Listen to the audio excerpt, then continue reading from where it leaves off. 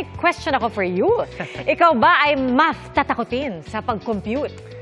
Meron namang calculator So, doon na lang tayo. So, pati square root, ika-calculator mo yun? I-calculator na lang natin yan. Kasi alam nyo, sa Cebu, may isang bata na kayang sabayan ng calculator sa pagiging matalino.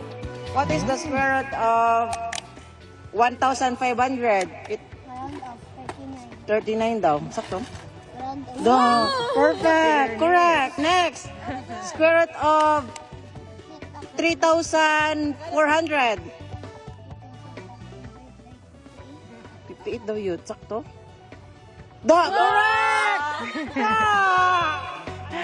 Wow naman! Ayon sa uploader, nagbabakasyon sila sa beach sa Bantayan Island nang lapitan sila ng 9-year-old na si Lay Axel Avila. At sabi raw niya, handa siyang sagutin ang square root ng anumang numerong ibibigay nila. Kapalit ng milk tea. Galing ano?